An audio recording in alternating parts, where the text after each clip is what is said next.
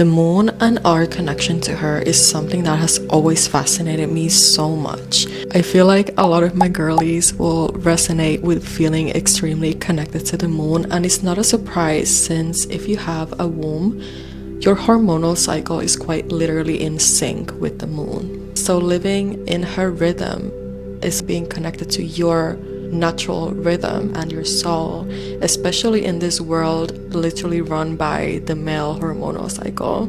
Anyway, welcome to my series of spiritual tips to add more whimsy and magic into our everyday life. Today we're going to be talking about working with the moon and the moon cycles. In this video I will explain how to utilize the energy of the 4 moon cycles, and I will talk a little bit about how when the moon is in each astrological sign can also affect your emotional and physical body. So the moon has 4 cycles: the full moon, the waning moon, the new moon, and the waxing moon. Some people, including me, would compare these phases also to the 4 cycles of menstruation, which is follicular, ovulation, luteal, and menstruation, but I think that's a topic for another video. Today we're just going to talk about the moon. During each phase of the moon, we should be focusing on different areas of our life, and we can align them with the energy of the moon. So starting off strong with the full moon. Did you know that emergency rooms always prepare for full moons because of the rise of accidents? The energy of the full moon can be very intense, emotional, chaotic, out of control, very stimulating, and very restless. A lot of people lose their night of sleep because of the full moon, and those nights should be cherished because during those nights being awake with the full moon, if you meditate or devote your time of that night to a specific spiritual practice, you can have very potent spiritual breakthroughs and very meaningful realizations about your life. The full moon will always shine its light into the shadows and into the unseen. So self-reflection during this time is very important because probably the moon will show you parts of yourself that were hidden, that need to come out, that you need to look at. If you are able to go to sleep, your dreams will most likely have very strong subconscious messages or spiritual downloads. So pay attention to your dreams, especially if the full moon is in your sun or moon star sign. Some things that you should not be doing on a full moon is making life-changing or life-altering big decisions, because you might be a little bit unstable or you might be having really intense breakdowns and breakthroughs. So wait until you're feeling more grounded to make your final decision on what to do next. Also, it's important to be more cautious and careful during a full moon because car accidents and other incidents are more likely to happen, and your body's natural healing ability is less powerful actually during a full moon, so you might ache or bleed more. Also, the effect of alcohol is stronger during a full moon, so I would be very careful of any substances and would avoid drinking alcohol during a full moon. Practice gratitude and self-reflection during a full moon to alchemize the energy in your favor. Allow the old energy to flow out of your space. You can clean or smoke cleanse your space, take a spiritual bath or shower and cleanse your energy to let go of anything that is not resonating with you anymore. Listen to your intuition because your intuition is going to be heightened during this time.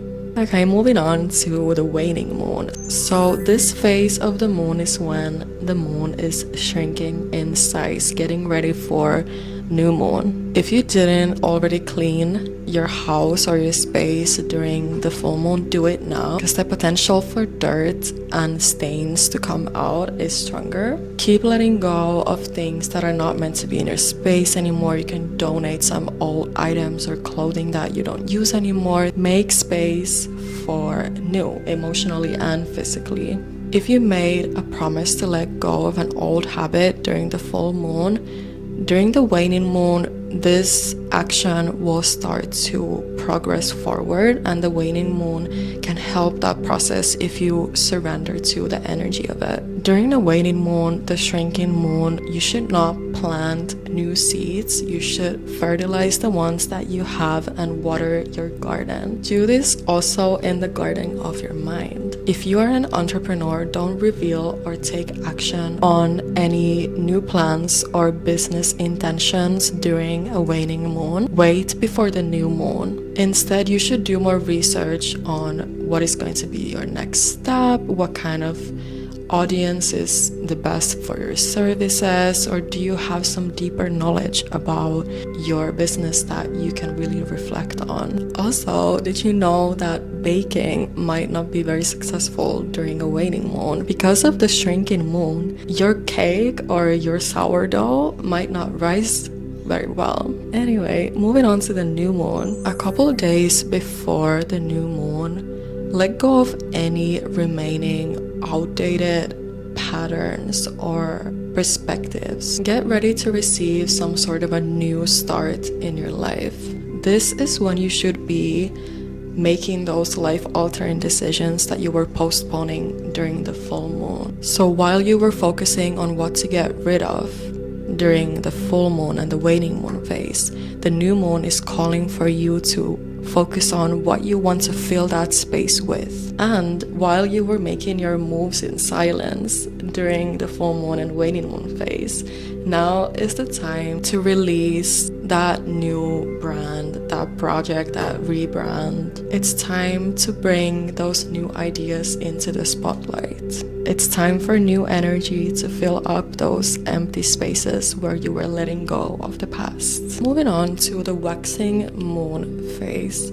So the waxing moon is when the moon is growing in size. So while the moon is expanding, so will everything else that you work on or release during this time. Anything you put your mind and energy into will grow with the growing moon. This is the time to nourish life changes that you are making. The energy of the waxing moon will accelerate the progress of those things. Your cakes will be fluffier and the seeds that you planted will start to grow more rapidly. Also pay attention to what you are focusing on. Now is not the time to be overly realistic or pessimistic.